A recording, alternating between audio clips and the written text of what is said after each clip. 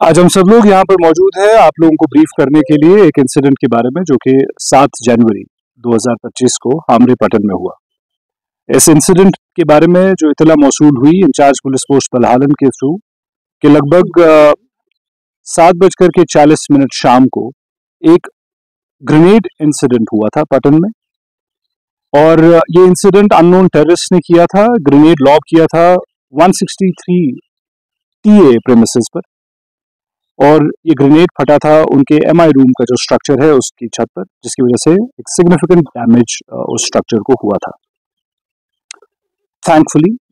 वहां पर कोई लॉस ऑफ लाइफ नहीं हुआ।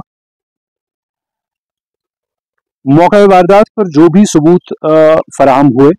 जिसकी टेक्निकल और इलेक्ट्रॉनिक एविडेंस जिसमें शामिल थी, उसकी बिना पर और एक थरो एनालिसिस करने पर सिक्योरिटी फोर्सेस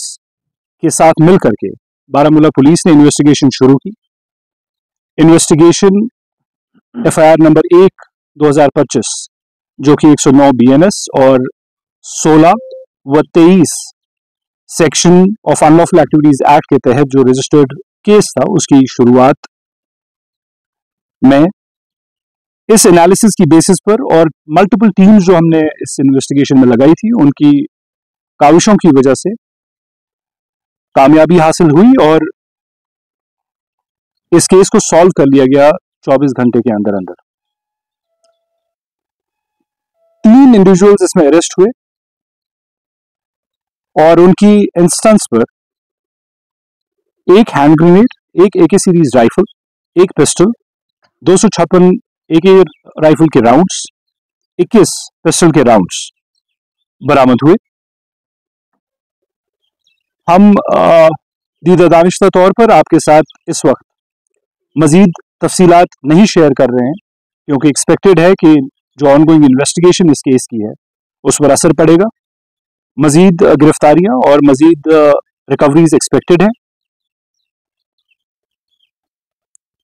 इस ज़िमन में कुछ चीजें जो जरूरी बतानी समझते हैं हम, उसमें यह है कि एक शख्स, इनमें से जो अरेस्टेड इंडिविजुअल्स हैं उनमें से एक शख्स एक सरेंडर्ड रिलीज टेररिस्ट है,